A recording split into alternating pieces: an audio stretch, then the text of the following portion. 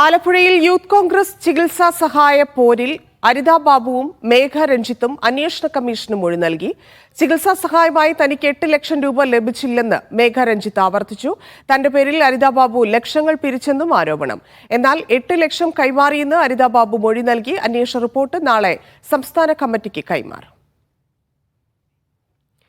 ഷൈജു ചേരുന്നുണ്ട്. ഷൈജു, നേരത്തെ പറഞ്ഞ കാര്യങ്ങളിൽ ഈ മൊഴിയിലും അതുതന്നെ ആവർത്തിക്കുകയാണ്, ഒരു മാറ്റവും ഇല്ലാതെ. ഇതിലെങ്ങനെയാണ് അന്വേഷണം നടക്കുന്നത്?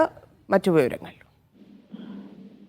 ധന്യ, ഈ സമര ചികിത്സാ സഹായ പോര് വലിയ ചർച്ചയായതോടുകൂടിയാണ് യൂത്ത് കോൺഗ്രസിന്റെ സംസ്ഥാന കമ്മിറ്റി ലിൻഡോ പി ആന്റോയുടെ നേതൃത്വത്തിലുള്ള 3-അംഗ കമ്മീഷൻ നിയോഗിക്കുകയും അവർ കായംകുളത്ത് എത്തി ഇരു നേതാക്കളെയും മേഘ രഞ്ജിത്തിനെയും അരിതാ ബാബുവിനെയും ക്ഷണിച്ച് തെളിവെടുപ്പ് നേരിട്ട് നടത്തുകയായിരുന്നു. ഇതിൽ രണ്ടുപേരും കമ്മീഷന് മുമ്പിൽ തങ്ങളുടെ അഭിപ്രായത്തിൽ ഉറച്ചു നിന്നു എന്നതാണ് ഏറ്റവും പ്രധാനപ്പെട്ട കാര്യം.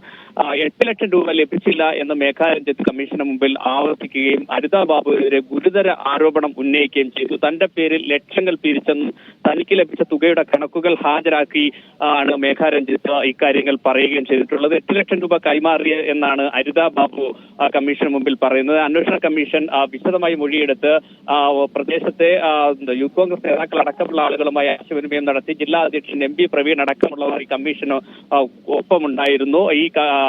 ഇവരുമൊക്കെ സംസാരിച്ചതിന്റെ അടിസ്ഥാനത്തിൽ നാളെ യൂത്ത് കോൺഗ്രസിന്റെ സംസ്ഥാന കമ്മിറ്റിയിൽ ഈ 3-അംഗ കമ്മീഷൻ റിപ്പോർട്ട് കൈമാറും. അതിനുശേഷം യൂത്ത് കോൺഗ്രസിന്റെ തന്നെ ഔദ്യോഗികമായ ഒരു നിരീക്ഷണം ഇക്കാര്യത്തിൽ നടത്തി ഇക്കാര്യത്തിൽ ഒരു ഇടപെടൽ നടത്താനുള്ള ഒരു ശ്രമമാണ് യൂത്ത് കോൺഗ്രസ് സംസ്ഥാന നേതൃത്വം ശ്രമിക്കുന്നത് തന്നെ.